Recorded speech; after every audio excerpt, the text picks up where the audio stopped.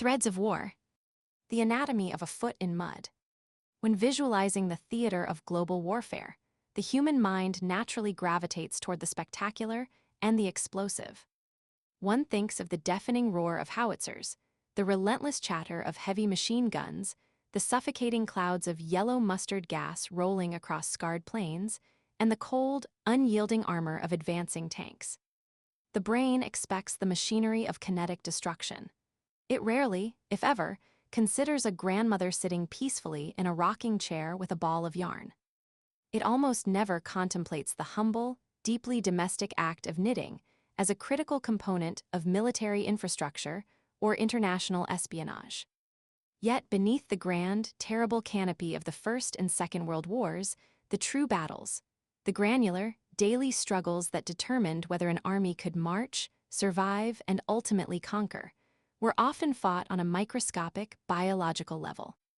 They were fought against the relentless, corrosive forces of mud, cold, and friction. And in that intimate, squishy theater of war, the most advanced defensive technology available to a soldier was not forged in a roaring steel mill. It was sheared from a grazing sheep, spun into a continuous thread, and manipulated by two wooden sticks. To truly understand why a simple knitted tube of wool was a matter of life and death, one must first confront the grotesque, unflinching anatomical reality of what happens to the human body when it is treated like a sponge. Picture a soldier on the Western Front during the First World War. He is standing in a trench. A trench, it must be noted, is not a dry architectural marvel or a clean subterranean hallway. It is a jagged, open wound in the earth, rapidly filling with a slurry of rainwater, human waste, and decaying debris. The soldier stands in this putrid, freezing soup for hours, which stretch agonizingly into days and then weeks. The human foot is a mechanical masterpiece. It is a complex suspension bridge of 26 bones, 33 joints, and over 100 muscles, tendons, and ligaments, all brilliantly designed for walking, running, and bearing weight. It is absolutely not designed to be submerged in cold water for an extended period. When a foot is thrust into a damp, cold environment, a terrifying biological cascade is immediately triggered. The listener might naturally assume that water must be freezing to cause catastrophic tissue damage. This is a common misconception. The grim medical reality is that human tissue will begin to suffocate and die at environmental temperatures as high as 61 degrees Fahrenheit, or roughly 16 degrees Celsius. The primary culprit here is thermal conductivity. Water conducts heat away from the human body 25 times faster than stagnant air. The foot, submerged deep in the trench mud, acts as a massive thermal leak, draining the soldier's core body temperature straight into the earth. The human central nervous system, which operates on a ruthless biological hierarchy that prioritizes the heart and the brain above all peripheral appendages, senses this massive thermal drain. In response, it initiates a draconian survival protocol, severe vasoconstriction. The brain sends an emergency chemical signal to the blood vessels in the lower extremities, ordering them to clamp shut. The capillaries constrict violently, effectively cutting off the supply of warm, oxygen-rich blood to the toes and the soles of the feet. The warm, vital core of the soldier is saved, but the foot is effectively abandoned to the cold. This localized starvation of the tissue is merely the opening act of the horror. The constant, unrelenting exposure to water induces a state of extreme maceration. One only has to look at the severe wrinkling of fingers after a long bath to understand the absolute mildest, most benign form of this process. In the trenches of Europe, maceration was pushed to its horrific biological limit. The epidermis absorbs dirty water until it becomes incredibly fragile, pale, and structurally compromised.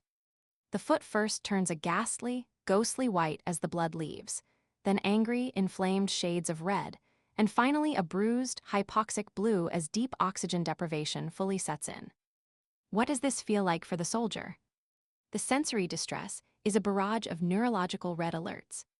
The condition frequently begins with intense tingling and severe itching, which rapidly progresses to a deep, burning sensation. But the most alarming symptom is what follows the pain: the onset of total, profound numbness. When the pain stops, the tissue is dying. This is the exact, gruesome progression of trench foot, an immersion foot syndrome that was first documented by the French Army surgeon Jean Larrey, Dominique Jean Larrey, during Napoleon Bonaparte's disastrous retreat from Russia in the winter of 1812. However, it was truly perfected in the muddy hellscape of World War I. As the condition progresses without intervention, the starved, waterlogged flesh simply begins to break down at a cellular level. Massive blisters erupt across the surface of the skin, eventually bursting to form deep, weeping, open sores. With the skin's protective barrier entirely destroyed, the foot becomes a dark, damp, all-you-can-eat buffet for environmental bacteria and fungus. This leads to a secondary nightmare condition, colloquially known by soldiers as jungle rot. The tissue swells grotesquely, often expanding so much that boots must be cut off the foot with a knife. And then comes the smell. It is the unmistakable, cloying, sweet stench of human decay. Necrosis has arrived. When human tissue dies while still attached to the body, gangrene follows closely behind.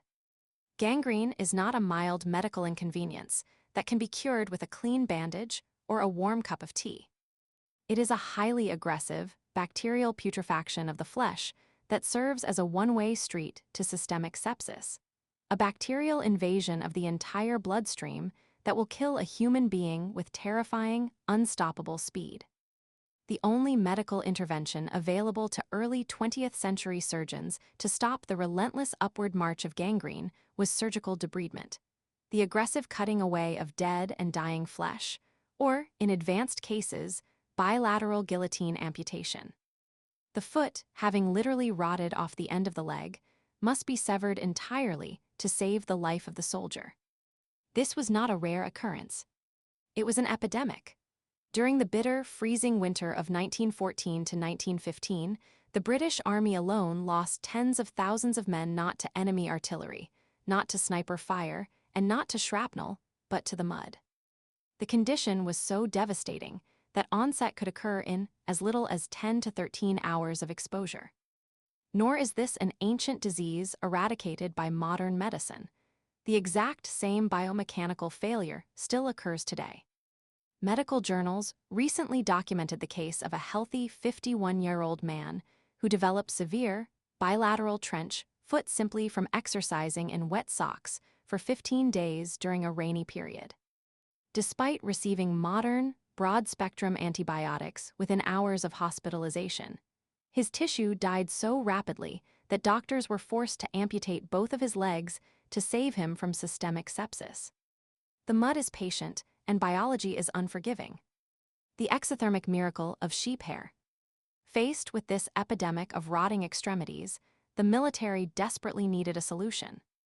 They attempted various organizational and chemical interventions. They instituted mandatory buddy checks, where soldiers were explicitly ordered to pair up and inspect each other's toes daily, ensuring boots were removed to catch the early signs of tissue damage. They also tried greasing the soldiers' feet with massive quantities of animal fat, most notably distributing vats of whale oil, hoping to create a waterproof barrier against the trench water. But the absolute primary first-line medical defense against the horrors of trench foot was not a chemical ointment. It was the humble, meticulously hand-knitted wool sock. One might naturally ask, why wool, why not cotton? Why not silk or linen? To answer this, the listener must peer into the microscopic, molecular chemistry of sheep hair. Wool is not simply a passive covering for the body. It is an active, dynamic, highly efficient thermal engine. The secret lies in keratin, the highly complex, durable protein structure that makes up 90% of a wool fiber. Plant-based fibers like cotton are hydrophilic in a way that is absolutely disastrous for a soldier standing in a wet environment. Cotton absorbs water rapidly, holds it directly against the skin like a wet sponge, and dramatically accelerates the loss of core body heat. When cotton gets wet, it immediately becomes a heavy, freezing, life-threatening liability. Synthetic fibers, which obviously did not exist during the First World War, but dominate the modern athletic landscape, rely on capillary action to move moisture away from the skin. However, synthetics provide absolutely no active heat generation.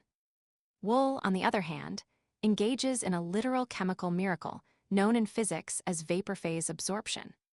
The keratin proteins in wool contain specific polar amino acid groups.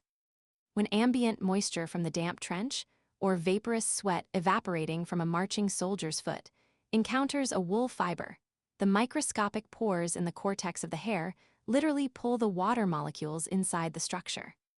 The water molecules physically bind to the amino acids. This complex binding process breaks and then rapidly reforms hydrogen bonds within the fiber itself. This is the crucial, life-saving moment of the entire process. This specific chemical reaction is highly exothermic. That means it physically releases energy into the surrounding environment in the form of heat. For every single gram of moisture a wool fiber absorbs, it releases exactly 1.1 kilojoules of pure heat energy. This extraordinary physiological phenomenon is called the heat absorption. When a freezing, damp, miserable soldier pulled a dry wool sock over his macerated foot, the sock did not just sit there. It immediately began absorbing the surrounding moisture and actively radiating warmth directly into the dying tissue. It is a stunning biochemical fact that a single kilogram of dry wool, when introduced into a highly moisture-rich, cold environment, can chemically generate and release a thermal output equivalent to an electric blanket running continuously for 8 hours. The humble sheep, it turns out, is a master of thermodynamic engineering. Furthermore, the physical structure of the wool fiber creates a nearly impenetrable defensive perimeter around the skin. Wool possesses a natural crimp, a microscopic waviness, that forces the individual fibers to remain separated from one another, creating thousands of tiny, insulating air pockets. These air pockets trap the generated heat close to the body, establishing a customized, warm microclimate for the foot. At the same time, the exterior of the fiber features overlapping microscopic scales that naturally repel liquid water, while the interior cortex continues to aggressively pull in water vapor. Because of this dual action, a well-made wool sock can absorb up to 35% of its own weight in moisture without ever feeling damp or clammy to the touch.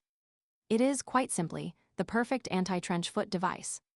However, the raw material was only half of the biological equation. The physical construction of the sock was equally, if not more, vital to the survival of the soldier. In the early 20th century, commercial sock manufacturing certainly existed.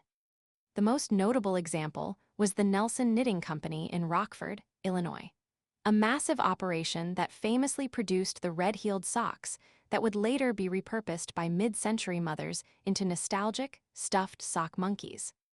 But machine-made socks of that specific industrial era possessed a fatal anatomical flaw. They featured a thick, bulky, unyielding seam running straight horizontally across the top of the toes. In normal civilian life, a toe seam is merely a mild annoyance. But in a waterlogged trench, trapped inside a heavy, stiff, unyielding leather army boot, a bulky seam rubbing relentlessly against highly macerated, swollen, and biologically fragile skin is a catastrophic friction point.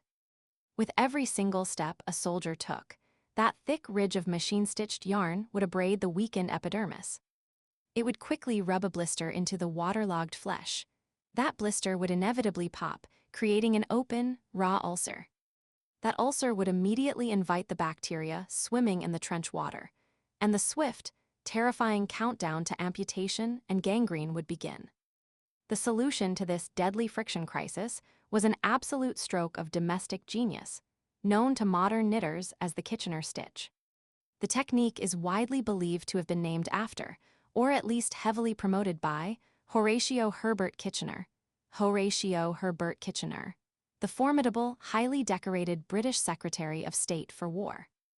Lord Kitchener is perhaps best remembered today as the stern, heavily mustachioed face commanding the iconic First World War recruitment poster, pointing a severe finger directly at the viewer and declaring that his country needs them.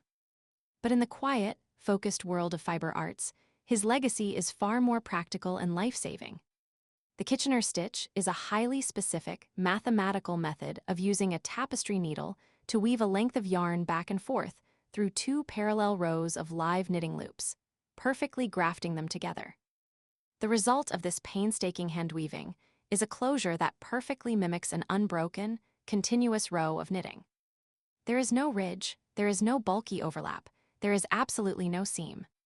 By utilizing the Kitchener stitch, dedicated hand knitters on the home front could produce a sock with a completely smooth, seamless toe, entirely eliminating the primary cause of friction blisters inside a wet combat boot. This seemingly minor, tedious technical detail elevated the hand-knitted sock from a simple item of cozy clothing to a superior, life-saving piece of custom medical armor. An expertly hand-knitted, Kitchener-toed wool sock was infinitely better and significantly safer than anything rolling off an industrial assembly line at the time. It was a profound triumph of the living room over the factory floor. The Great Yarn Mobilization. This anatomical reality brings the narrative to a terrifying logistical bottleneck. If the hand-knitted, seamless-toe wool sock is the absolute pinnacle of physiological defense against the environment, how on earth does a centralized military command supply them to an advancing army of millions? An experienced, highly dedicated knitter, working at a brisk, uninterrupted pace, takes approximately an entire week to complete a single pair of adult socks. Infantrymen, slogging through the mud carrying incredibly heavy haversacks, rifles, and ammunition, chew through footwear at an astonishing, relentless rate. To keep their feet dry and actively hold off the rot, soldiers required multiple pair changes per day. The demand was a mathematical nightmare. The government could not simply sign a contract and order 10 million custom, hand-grafted socks from a localized factory. They had to completely bypass traditional industrial centers and weaponize the civilian population. They had to turn every parlor, every streetcar, every schoolhouse, and every church basement into a massive, decentralized manufacturing powerhouse. The historical precedent for this staggering yarn mobilization was actually set decades earlier, during the bloody theater of the American Civil War. In 1861, the United States Sanitary Commission was formally established by federal legislation, largely driven by the tireless organizing of Northern women and religious leaders like the Reverend Dr. Henry Whitney Bellows. The goal was to oversee the health, hygiene, and general comfort of the Union Army, acting as a massive civilian support network. The women of the North mobilized with a ferocious, unparalleled energy, producing vast quantities of bandages, hospital shirts, and an estimated 250,000 to 400,000 massive hospital-sized quilts to keep the wounded warm. But the demand for socks was always paramount. A Union infantryman's kit was incredibly heavy and cumbersome. His musket, his leather haversack carrying 3 days of rations, his 5-pound wool blanket, and his cartridge box holding 40 rounds of ammunition weighed heavily on his boots, driving his feet into the dirt and creating immense friction with every step. Socks disintegrated rapidly on the march. The women of the North knitted furiously to replace them, forming societies and holding massive sanitation fairs to fund their efforts. In the Confederate South, however, the logistical situation quickly devolved into a bizarre and desperate scramble for materials. The Union naval blockade effectively strangled the supply of raw goods into southern ports, and the South severely lacked the carting tools necessary to properly process what little raw sheep's wool they possessed. Because of this extreme shortage, the cost of coarse wool yarn skyrocketed to exorbitant levels, with a single pound costing $2, a small fortune at the time, and yielding fewer than 5 pairs of socks. How does one knit a warm, elastic sock without wool? The Southern knitters resorted to highly questionable, zoological alternatives.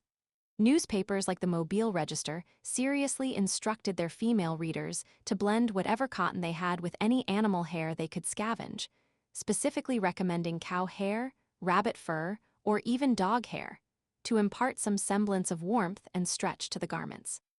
One must pause and truly picture a Confederate soldier marching into the Battle of Gettysburg, wearing footwear spun from the family terrier.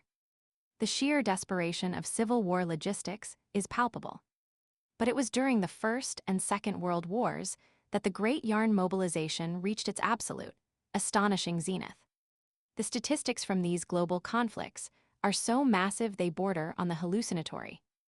When the United States entered the First World War in April of 1917, the American Red Cross issued a nationwide appeal, launching a massive, highly coordinated campaign to clothe the troops.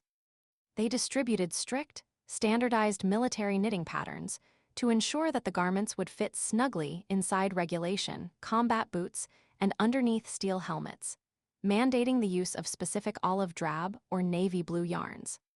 To fuel this civilian army, they procured raw wool on a scale that defies standard comprehension. In one single, historic purchase, the Red Cross Supply Bureau in Washington bought 1 million pounds of knitting yarn. To properly visualize that staggering quantity, consider this. If that yarn were stretched out into a single, continuous thread, it would span roughly 800,000 miles. It could wrap entirely around the equator of the Earth 32 times. The response from the civilian population was explosive.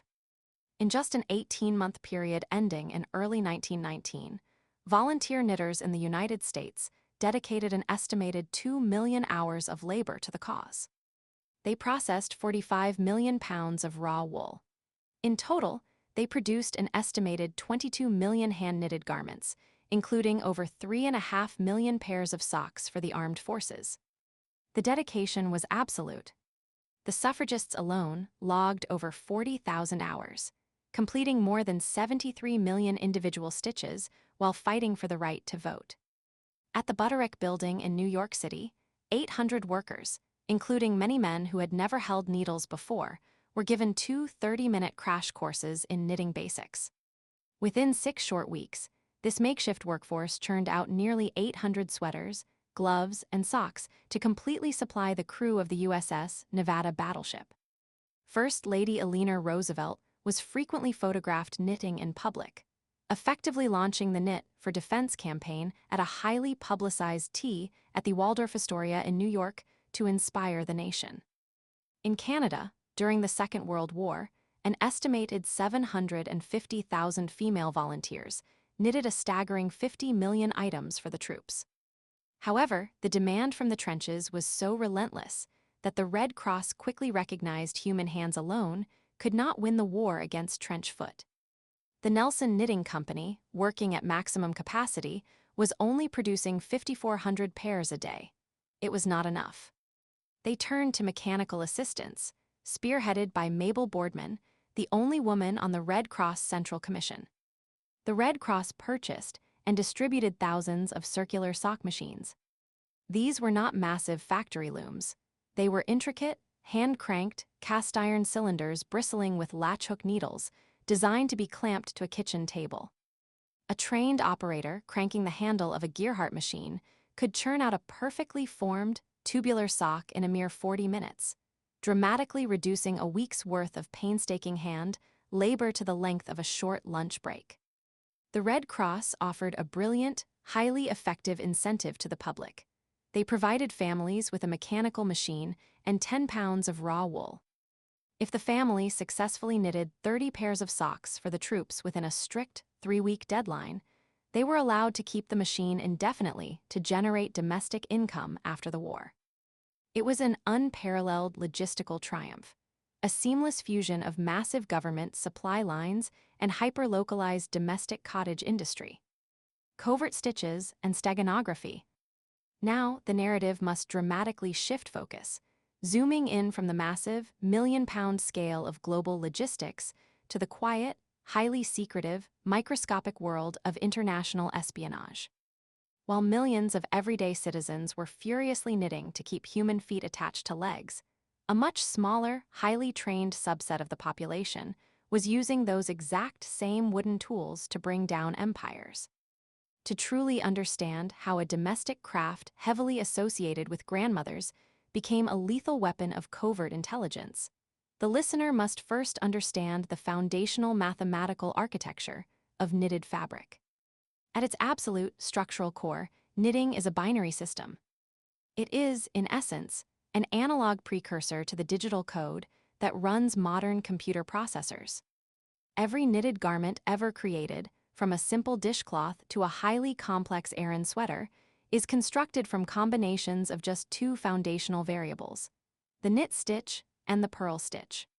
When a knitter executes a knit stitch, they pull a new loop of yarn from the back of the fabric to the front, creating a smooth, flat shape that looks exactly like the letter V when they execute a purl stitch. They reverse the motion, pulling the loop from the front to the back, which creates a raised, horizontal bump on the surface of the fabric. Smooth and bump, knit and purl, 0 and 1. By carefully varying the sequence of these two simple manual maneuvers, one can create incredibly complex mathematical patterns. And if one can create a repeatable pattern, one can easily hide a code. This mathematical reality brings the story into the thrilling, high-stakes realm of wartime steganography. Steganography is the ancient, highly deceptive art of hiding information in plain sight. It is distinctly different from cryptography. Cryptography takes a readable message and scrambles it into an unreadable cipher. Anyone looking at a cryptogram knows it is a secret message, they just lack the key to read it. Steganography, however, hides the very existence of the message itself. A coded message, meticulously hidden inside a hand-knitted scarf, simply looks like a scarf. To the untrained eye of a passing soldier, it is just a comforting item of clothing meant to keep a neck warm. To an Allied intelligence officer who knows the translation key, it is a highly detailed, highly classified geospatial map. The utilization of yarn for military espionage has surprisingly deep historical roots. During the American Revolutionary War, a woman named Molly Rinker, known affectionately and colloquially as Old Mom, operated as a highly effective spy for George Washington's colonial forces. Forced to host occupying British soldiers in her tavern, Rinker would quietly sit and knit while eavesdropping on their tactical conversations. She would quickly transcribe this stolen intelligence onto small scraps of paper, tightly roll them up, and conceal them deep inside balls of thick knitting yarn. She would then take her knitting to a rocky precipice overlooking a valley where colonial troops were hiding, and casually drop the balls of yarn over the edge to the waiting soldiers below. The British never suspected the innkeeper's yarn. But the practice evolved into a highly sophisticated, rigorously organized science during the First World War. When the German army occupied Belgium, the vast European railway system immediately became the vital circulatory system of the enemy war machine.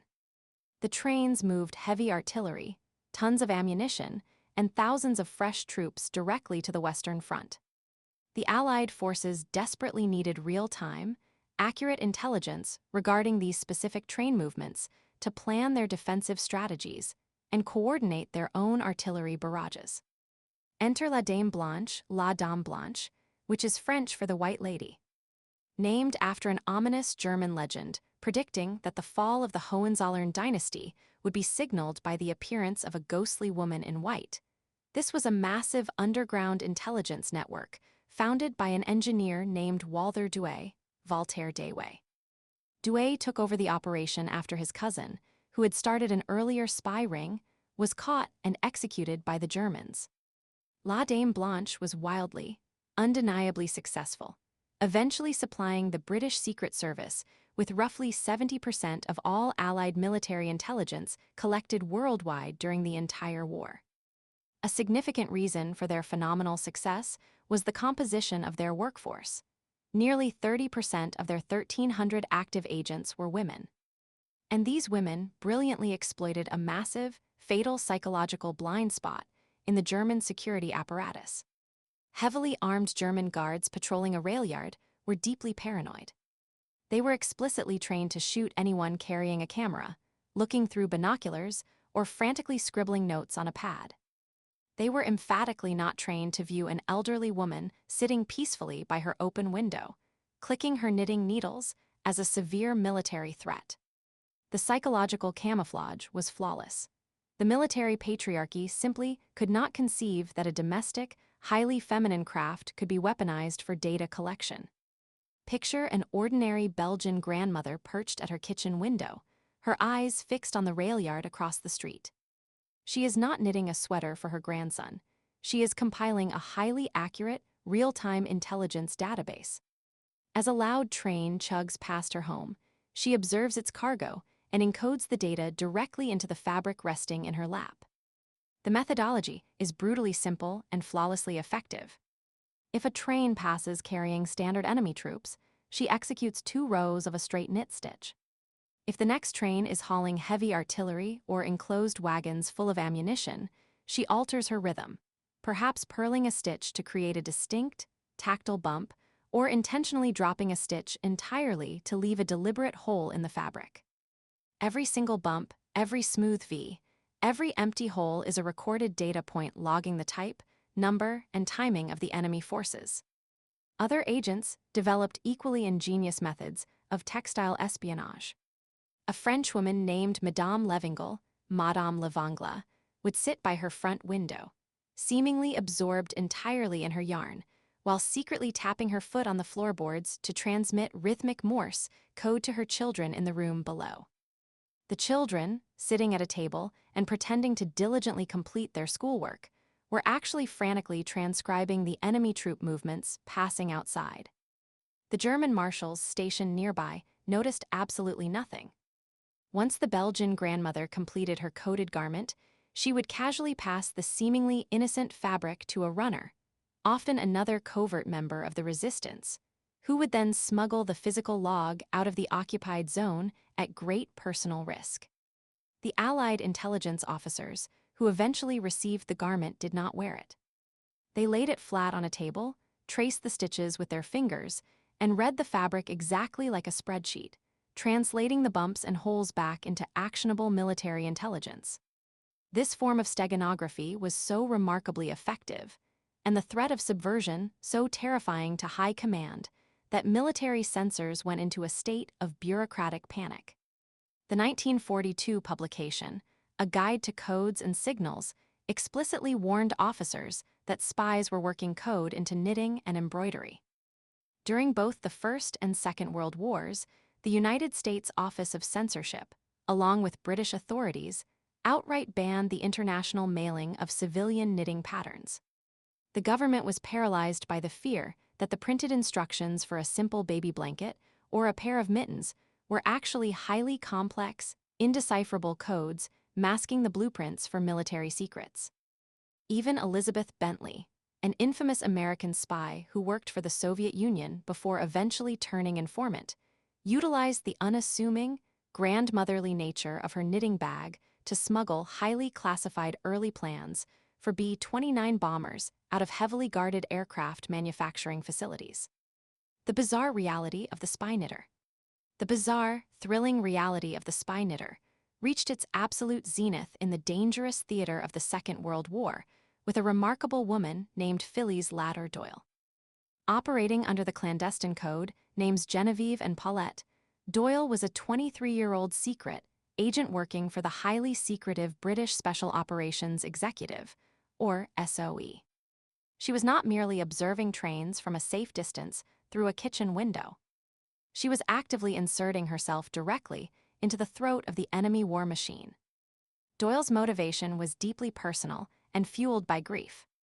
A close family friend, an older man whom she viewed affectionately as a grandfather, had been executed by the Nazis. After initially joining the Women's Auxiliary Air Force at age 20 to work as a flight mechanic, her massive potential, intelligence, and composure were spotted by SOE recruiters. She underwent grueling physical and cryptographic training before embarking on her most dangerous mission. On the 1st of May, 1944, Doyle strapped on a parachute and jumped out of a United States Air Force bomber into the pitch-black night, dropping straight into Nazi-occupied Normandy. Her mission parameters were staggering. She was to operate entirely alone behind enemy lines, actively mapping German troop positions, identifying fortifications, and locating supply depots in preparation for the impending D-Day landings. She needed to gather this hyper-classified intelligence and transmit it back to the British military via hidden radio equipment. But how does a spy carry the highly complex cryptographic keys required to encode those radio messages without being caught? A notebook full of scribbled codes would mean instant, gruesome execution by the Gestapo. Doyle's solution was an absolute masterpiece of textile espionage. Doyle was issued a highly specialized piece of cryptographic equipment. Her translation codes, approximately 2,000 distinct Morse code sequences, were printed directly onto a long, incredibly narrow strip of silk. Silk was specifically chosen by intelligence engineers for very distinct physical properties. It is highly durable, it is incredibly flexible, and unlike paper, it can be folded, rolled, and compressed into microscopic spaces without tearing or making a crinkling sound. Doyle took this vital strip of silk and tightly wrapped it around one of her metal knitting needles. To completely conceal the silk, she then slid the entire knitting needle inside a hollow, flat shoelace. Finally, she used that shoelace to tie her hair up into a bun. The listener must truly visualize the cinematic absurdity and the raw psychological genius of this scenario. Doyle toured the Norman countryside on a stashed bicycle, posing perfectly as a poor, chatty, slightly naive teenage French girl selling soap to the locals. She would deliberately approach heavily armed German soldiers, acting incredibly helpful and engaging them in casual, flirtatious conversation. While the soldiers let their guard down, charmed by the soap-selling girl, Doyle was actively memorizing their troop strengths, analyzing their equipment, and mapping their patrol routes. Throughout these incredibly tense interactions, she would often be casually knitting, her needles clicking away merrily. The German military apparatus looked at her and saw a stereotype: a harmless, uneducated female engaging in a benign domestic chore. They completely failed to realize that the instruments of their destruction were literally woven into her hair. When Doyle gathered enough intelligence, the real work began. She was constantly on the move, frequently sleeping in cold forests and foraging for food, because highly efficient German radiolocation vans could pinpoint a transmission signal in under an hour and a half. Finding a safe, hidden location, she would unspool the shoelace from her head, extract the knitting needle, and carefully unwind the silk. She would translate her findings using the microscopic codes, and then tap out the transmission over the radio. Once a specific code was used, she would take a sharp pin and prick a tiny hole through that section of the silk, permanently marking it as burned so she would never accidentally reuse a cipher and compromise the entire network. Then, the silk was wrapped back around the needle slipped back into the shoelace, and the shoelace tied securely back into her hair before she moved to her next location. The psychological toll of carrying a literal death sentence tied into one's hair is unfathomable. The system was brilliant, but it was eventually subjected to the ultimate, terrifying stress test. During one particularly aggressive security sweep, Doyle was detained by suspicious German authorities and taken to a local police station for interrogation. The standard operating procedure for the Gestapo when hunting spies was a ruthless, deeply degrading, full-body strip search. Doyle was taken into a cold room, and a female German soldier ordered her to remove every single piece of her clothing. The guard examined everything. She checked the seams of Doyle's garments for hidden documents. She checked the soles of her shoes for hollow compartments. And then, the guard's eyes locked onto Doyle's head. The guard looked highly suspiciously at the thick hair tied up with the flat shoelace. This is the exact moment where the human nervous system usually betrays its host. A stutter, a tremor in the hands, a panicked glance, a sudden flush of blood to the face. Any deviation from absolute, bored calm would have resulted in the shoelace being confiscated, the silk unrolled, and a firing squad assembled within the hour. Doyle, exhibiting a level of composure that borders on the superhuman, did not panic. She simply reached up, grabbed the shoelace, pulled it out, and vigorously shook her head, letting her hair cascade down over her bare shoulders. The silk code strip, wrapped tightly around the knitting needle, remained perfectly concealed within the flat casing of the shoelace resting casually in her open hand. The German guard, satisfied that no illicit maps or compasses fell out of the hair, handed Doyle back her clothes and let her walk out the door. The Gestapo had successfully captured one of the most vital Allied intelligence assets in occupied France. They had stripped her naked. They had literally stared directly at the encryption keys that were orchestrating their downfall. And they had let her go. They were utterly blinded by the mundane reality of a shoelace and a knitting needle. By the time the massive Allied forces finally stormed the beaches of Normandy in August of that year, liberating France from brutal occupation, Phyllis Latter Doyle had secretly relayed 135 deeply coded, highly detailed tactical messages to the British military. Her espionage work, enabled entirely by a profound understanding of how society ignores women engaged in domestic crafts, saved countless Allied lives and helped fundamentally alter the trajectory of the Second World War. When one considers the vast, bloody history of warfare, the narrative is almost exclusively dominated by the relentless evolution of kinetic energy. It is a loud, metallic story of sharper swords, heavier bullets, faster airplanes, and bigger bombs. The thick history books devote endless chapters to the men who designed the artillery and the generals who deployed it on the map. Yet, peeling back the layers of mud, blood, and logistics reveals a fascinating parallel history running quietly beneath the surface. It is a history spun from animal hair and bound together by mathematical precision. The hand-knitted wool sock was not merely a comforting, sentimental gesture from the home front. It was a complex, self-powering exothermic medical shield that protected the biological foundation of the army from rotting off in the cold water. The Kitchener stitch was not a quaint knitting technique. It was a critical anatomical defense against debilitating friction and fatal infections. The grandmothers sitting by their windows in occupied Belgium were not simply passing the time. They were operating as sophisticated, decentralized intelligence nodes, capturing and transmitting geospatial data using a binary code of knits and purls long before the silicon chip was even a concept. And operatives like Phyllis Latter Doyle proved, under the threat of execution, that the most dangerous weapon in a theater of war is often the one that the enemy completely refuses to see.